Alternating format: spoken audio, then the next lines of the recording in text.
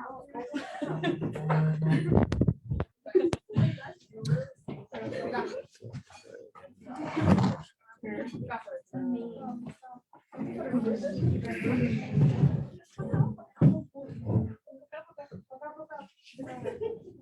love it.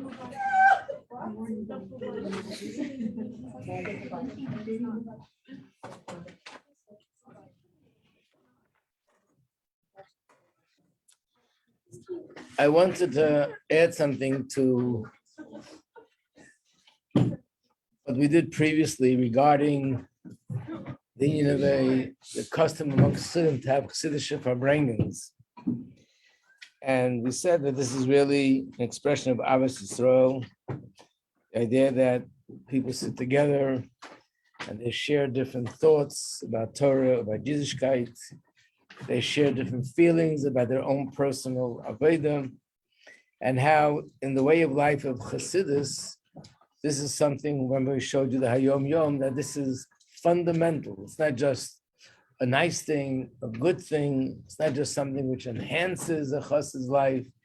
It's fundamental part of a chassid's life. And the reason is because fundamental to chassidus is Avos Yisrael.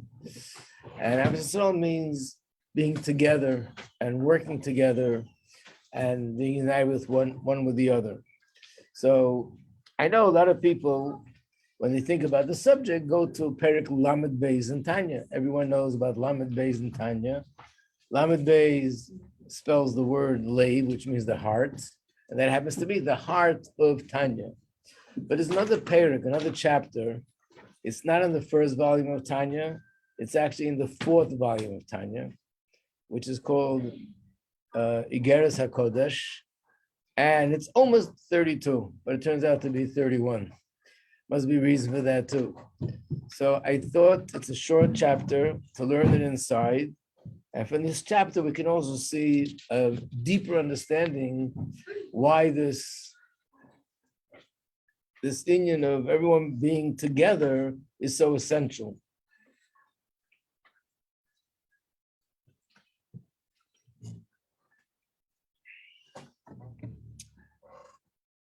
So it starts off like this.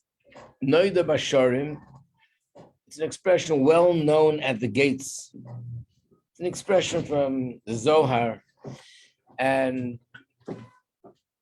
there's an interpretation of the word which means that everybody knows Hashem in their measure, the way they know it, and that's fine. We all know Hashem, we all perceive him according to our intellectual, emotional, spiritual capacity. So it says in Tikkunim is another book of the Zohar, these words, the Shechinta ihi mara begalusa. The Shechina is ailing in the exile, which means just like human beings could be healthy, and human beings could chas v'shalom be sick.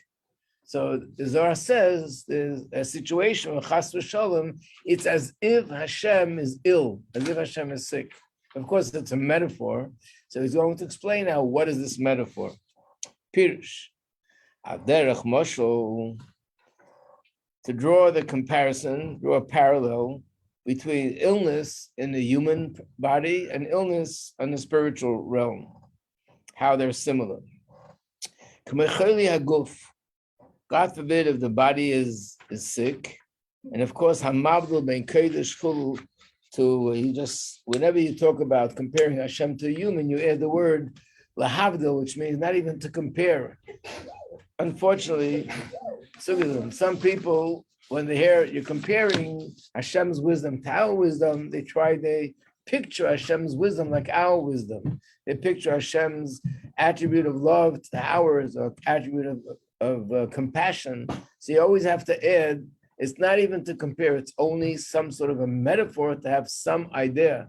But whatever it is within Hashem is infinitely more than it is within a human. It's just something we can hold on to get some idea. Page 594. The cause of an illness, and there's a lack of health, lies in the distribution and flow of the life force from the heart to all the organs. The heart plays a very big role in how healthy the person is. The heart pumps the blood, and the blood flows from the heart throughout the body, and it circulates through the body, comes back to the heart, and then goes back again. And that's what happens constantly in the human body. The life force, as we know from the first chapter of Tanya, the life force, the force that gives us life, which is from the neshama, but it's invested in the blood. And that's why the blood gives us life. This life force is vested in the blood of life, which flows from the heart to all the organs. And this spirit of life and the blood, he's talking now, physically speaking, circulates all around. It goes to all the limbs, through the veins. The veins are the conduit that carries the blood, and they are embedded in them. The chayzer el alev, and goes back to the heart. And that's how a person lives. I don't know, anyone here who knows medicine or science, how many trips a day does the blood vessels, the blood make from the heart to all the organs? A lot. It's one of the amazing miracles of Hashem's creation. I once read somewhere that scientists tried to create an artificial machine that can't pump so much blood the way Hashem made it with the heart. What everyone said, an interesting thing about the heart is that everything in the world has a time that it's active and the time that it's sort of resting. The heart doesn't rest. The heart is something which is constantly active and it's pumping blood throughout the body. If this circulation and the life flow is as it should be, without any kind of obstruction, in its proper order as arranged by Hashem, who's the fountainhead of life, then the individual is perfectly healthy because all the organs are bound together and receive their appropriate vitality from the heart through the circulation. So the blood flows from the heart to this organ, to that organ, to the other organ, and it has its route, it travels through the body, goes back to the heart, and goes back again. Page 595. What if Chas v'Shalom there's some disorder in one of the organs? And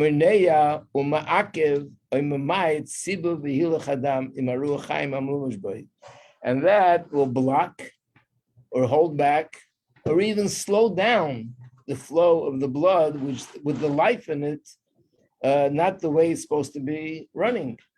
As a result of that, nifsek or mismayat hakesher, either this causes this bond between all the organs to be disconnected, or if it doesn't really stop completely, just slows down. That's also not the way it should be.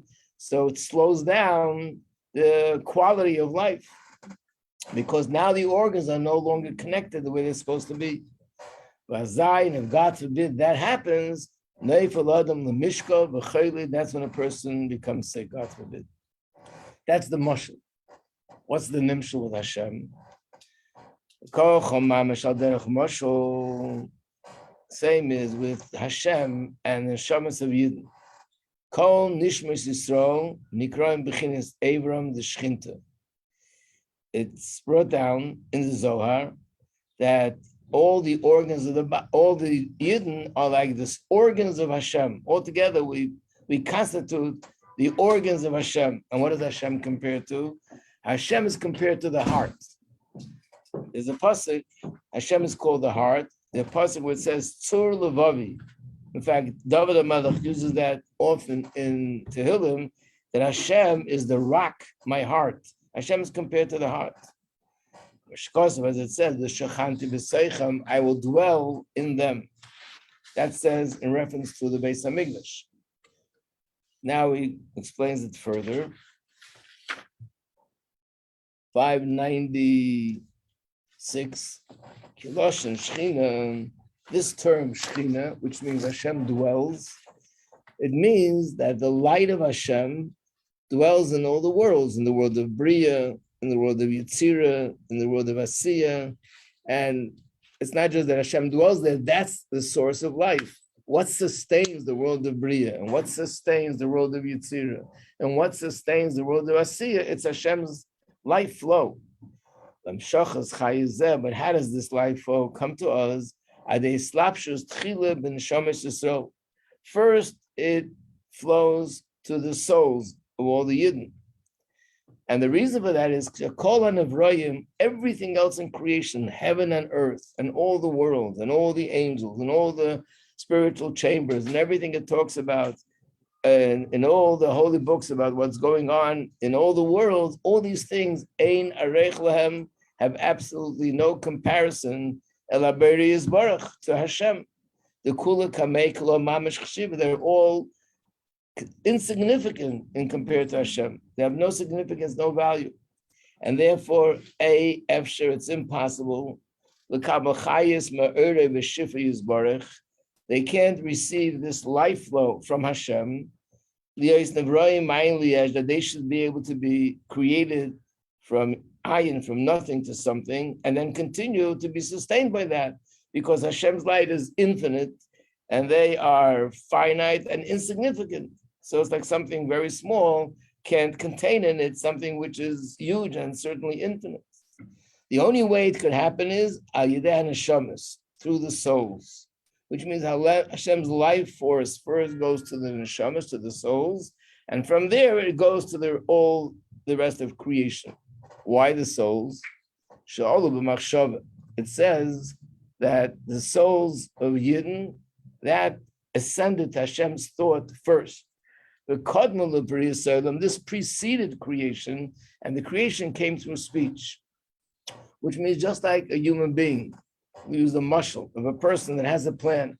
He wants to build a building.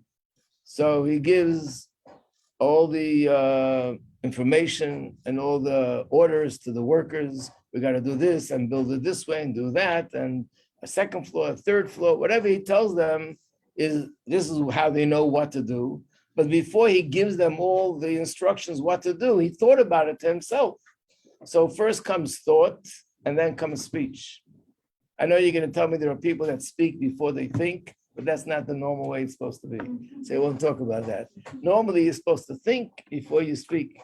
So Hashem too, his thought preceded his speech. So in his thought, that's when the thought came to create the souls. And then with speech, he created humans. That means that the neshamas of Yidden have a much more deeper and intimate connection with Hashem himself. There's another statement by our sages, which also is a metaphoric way of speaking, but alludes to the same principle. The min nimlich, which means with who did Hashem consult? Just like when a person does something, he consults with others. So what should I do? How should I do? So metaphorically speaking, with who did Hashem consult about creating the universe? With the souls of the Yidden. It's just another way of saying that before Hashem created the universe, he created all the neshamas, because ultimately that's the whole purpose. So they preceded. And because of that, they received this life flow first. And from the neshamas, this life flow flows to the rest of creation. 598. The Basharim, so it's known, again, known in the gates. That all this flow of divine life force that flows from the upper worlds to the lower worlds, the order, how it flows, is brought down in a book which is called Sefer Yetzirah. It's also a book of Kabbalah, where it says, Noas Tchilasam B'Seifan, B'Seifan B'Tchilasam, which means the beginnings are wedged in the end, and the end is wedged in the beginning. And what does that mean? So the Arizal writes, it means there's a light which is called Yashar V'Ur Chayzer, a light that shines direct and a light that reflects back. Or another expression that's used, and the Chayes, we're advancing and retreating. Basically what he's saying is that the way Hashem gives life to the universe, to the world, is there's two sort of movements. This is the rhythm of creation. Hashem shines his light. Hashem has his light shining and flowing to the world.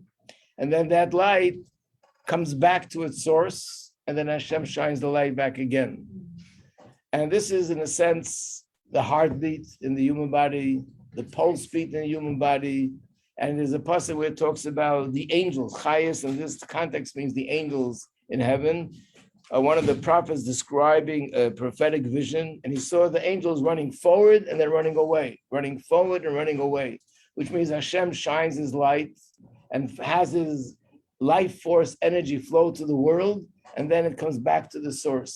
And then it flows to the world and comes back to the source, which is similar, what? Like the heart. Like the heart, right? The same circular route. And therefore, according to these words and this truth, which is impossible to explain proper in writing, remember this is a letter. So the Alter Rebbe is saying, I can't really explain it completely in writing, but this is what it means that the Shekhinah is compared to the heart, and all the souls are compared to the organs. The here is to teach us. Kasher kol haneshamas devukis umukisharos yachad. When all the souls are attached to each other and they're bound to each other, like the organs in the body when they're all connected, so there's no obstruction. So then the circulation and the flow of life force goes around and comes around, and the end is wedged in the beginning, and the beginning is wedged in the end. They're all connected to the source, which is Hashem himself, and the world continues to exist. And this is the meaning of the pasuk in Chumash Devarim. The parsha is actually called Nitzavim, and it says, Atem Nitzavim Hayom Kulchem, you stand today, all of you, together before Hashem your God. The emphasis is on the word Kulchem, together, the Lifnei, and before, meaning to say that if you stand together, united, and you don't separate yourself one from the other, then you're before Hashem. And he concludes, something missing. No, must be on the other side of the page. No. There's no page 600 here. Yeah, it is. It's just not in the right order. Maybe you have 600. Yeah. Good. Sorry, it's just my papers. Rashechem it says, all of you stand together, and then the pasuk lists 10 different categories. Your heads, the heads of the tribes, the men, the judges. Then it goes on to say the wood choppers, the water carriers. All together, it mentions 10 categories. And the implication is that even though there are different categories and different groups and different grades, different classes, but we're all united and all connected. And if we're all connected, then we could receive that life force from Hashem. And with this, we can understand the words of our sages, that the Churban B'Hasheni, the destruction of the second Beis Hamikdash, and the fact that the Yidden unfortunately fell into a condition of exile, and the Shekhinah went away, and the Shekhinah is in Golus, it's all because of the sin of Sinus Chinam, hatred, and Pirid Levavis, separation of hearts, Rahman al-Islam. So when people are together, and then all the organs are united, and then the flow of Hashem's life force comes together to everyone, and everything is healthy. Next page, 601. And therefore, we use the term metaphorically in reference to Hashem, as if, God forbid, he's sick, meaning to say that we cause that Hashem Shekhinah should leave. Like, God forbid, if the heart is not getting what it's supposed to get, then the life in the heart, God forbid, moves away. And unfortunately, it means that the Yidden are lacking chayas, the whole world will be lacking. And that's what the definition of Golus is. The fact that we see all the craziness that goes on in Golus, where you see evil, and you see people that do evil are successful, and you see people that do good are hurting, and in general, people are hurting. There's wars, and there's pain, and there's suffering, physically, spiritually, it's a horror. All the things that are here in this world, it's all the result of the fact that the Shekhinah is not fully revealed. And the Shekhinah is not fully revealed because the circulation is not going. There's a unfortunately obstruction, and the blood can't flow through all the organs. So this is why there was so much emphasis by Chassidim on Farbrengens. It wasn't just the Farbrengens. In general, they were united. There's another place where it says that the Tzemach Tzedek said to the Alter Rebbe, what is it exactly that you wanted to accomplish with Chassidus? And the Alter Rebbe's answer was that all Chassidim should be together like one family, like one. So first of all, in general, everyone is connected. But you being that we're humans and we're in a physical body, and we are here on planet Earth, so in order to sort of enhance that connection, we're physically together, and that way sitting together and for bringing together and talking together and sharing together. That's why the Rebbe is so much into farbrengens. Very often farbrengens or gatherings, conventions. If you look in the Rebbe's sichos and the Rebbe's letters, can't tell you to what extent the Rebbe constantly promotes that and encourages as much as possible before a yontif, after a yontif, during a yontif. So that's what it's about. And I guess this is one of the things that you have an advantage. Those of you that are here, everybody together in one sort of program, especially those that are in the dorm.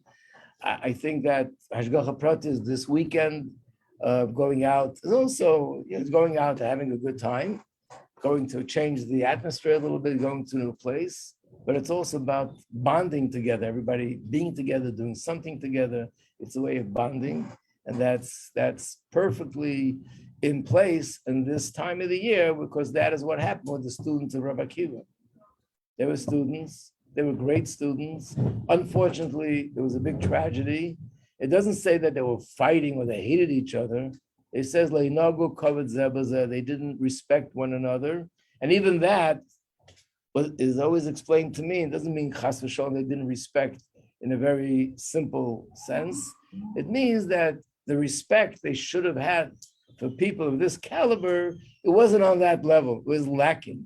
Instead of being 190%, it was 189%. But the bottom line is, as a result of that, they weren't one. They weren't connected. They weren't united. So when you're united, that brings the Shekhinahs able to flow.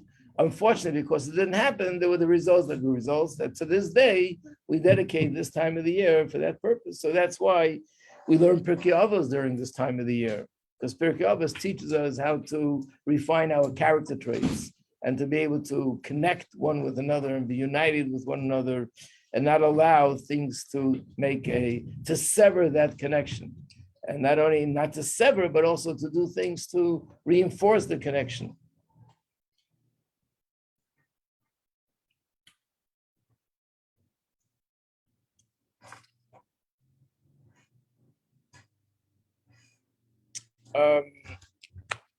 This is just what I wanted to add with the what you call it, with the discussion about Farbrengen, and also a little bit of a setting the tone for the weekend, the Mir Hashem, which I hope you'll have a great time and to understand the value of it.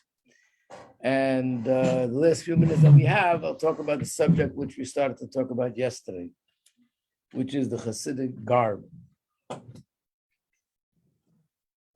So let me explain a few things. First of all,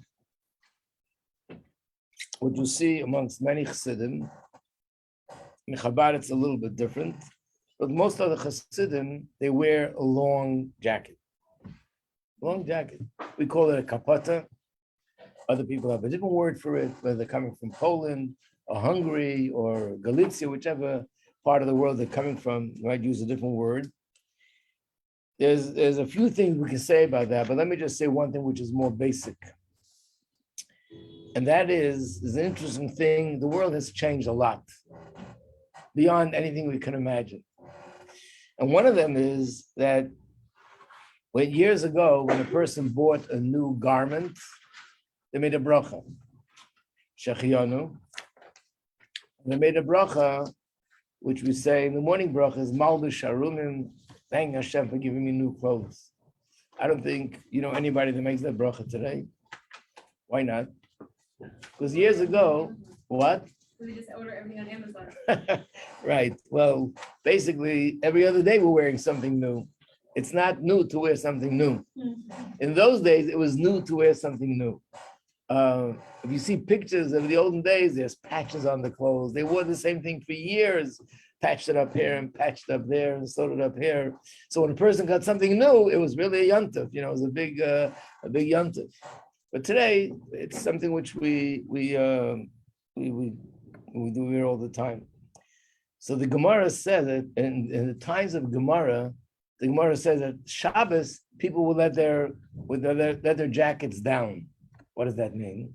They actually wore the same thing during the week as they wore on Shabbos. But the difference was during the week they were working in a field. You can't have a long jacket hanging down because it'll get into everything and you won't be able to do your work. So they would roll it up like this, probably use a rubber band or some string to tie it up, and it didn't get in the way. Shabbos, you don't do work. So on Shabbos, they would let it go and go down to the bottom. So having something long was a symbol of not working. For that reason. And therefore, it's much more customary that for Shabbos, people wear, even during the week, they wear a short jacket. On Shabbos, they wear a long jacket. And then there are Chassidim, they wear the long jacket all week. And I guess maybe, and I think this is probably a part of it, it's an indication that even if I'm working, I'm really not into it. I'm really removed from the work. We know that one of the things that Chassidus teaches us, really it's part of Torah in general, but specifically Chassidus, is that even though we're working, we have to recognize everything is from Hashem, and we do the work in a way that we have to do it, but it's not that this is my life. This is not what defines me. What defines me is the fact that I'm a Yid, and I have a mission to serve Hashem, and I learn Torah, and I do mitzvahs, and this is always, very often it's connected to a pasuk where it says, fortunate are those that they work with their hands. Yegia kapecha kiseicho. Ashrecha v'tevlach. Fortunate are those who work with their hands. So the Rebbe asks, and what's so fortunate about working with your hands? The literal meaning means fortunate are those that do the work themselves, and they don't go to other people to support them. They support themselves. That's a good character trait. But the Rebbe says there's a deeper meaning to the words. Fortunate are those that they invest their hands in their work, but they don't invest their head and their heart in their work. The head and their heart is invested in Torah and mitzvahs. And with their hands and their feet, they invested in their work. Yeah. Where did the interpretation come from about supporting yourself as opposed to investing? I think that's a simple interpretation. Probably, could even be if you look at Rashi, it's a pasuk in Tehillim. I think it's chapter 128. And I think if you look at the simple interpretation, that's what they're going to have.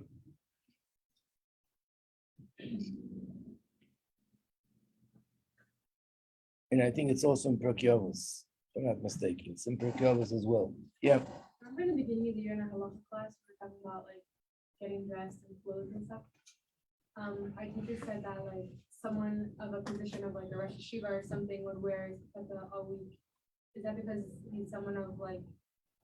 Well, it's the same idea. If someone says he's a Rav in a shul or he's a Rosh Hashiva or Yeshiva, basically his occupation is not in the physical world. He's removed from the physical world. So in a certain sense, he's like Shabbos. What about shluchim? Like, I don't know. For the most part, they don't wear long during the week. And probably that's because of the opposite. They are very much into the world. And I guess it's also gives them an easier approach to people out there when they're wearing jackets like them and they look like them. Not chas v'shalom that you're lowering your standards, because again, you see Chabad Chassidim in general, even those living here, wear shorts.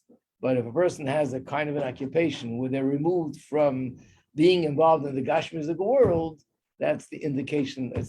In other words, it's not supposed to be just a sort of a garment. It's supposed to be a message of how I'm supposed to be involved in the activities of my life. Is Chabad the only Chassidim that like unmarried men don't wear kapapas? I would think so, yeah. So there's just to conclude the famous story that there was once a chassid, that he was a wealthy chassid, and he had a business where he manufactured actually galoshes, the rubbers that you wear for rain, galoshes and boots. And he would come to the Rebbe Rashab very often. And then once things got really tangled up in his business. He didn't show up for 2 years. When he finally came, the Rebbe Rashab said, I haven't seen you in a long time. What was happening? So he said, I got very, very tied up with my business. So the Rebbe Rashab said, I've seen people put their feet in galoshes, but to put their head in galoshes, that I haven't seen. In other words, if your business was able to sort of take you away, that you can't come for 2 years, you're investing too much of your head and your heart in your business. So that's the idea. That's one point, and we'll continue, Mir Hashem. We don't have that much more to go, just a little bit. I want to go through a little bit of the different paths, different kind of Chassidim, and then we're gonna the rest of the year till the end we'll be learning Pirkei Avos.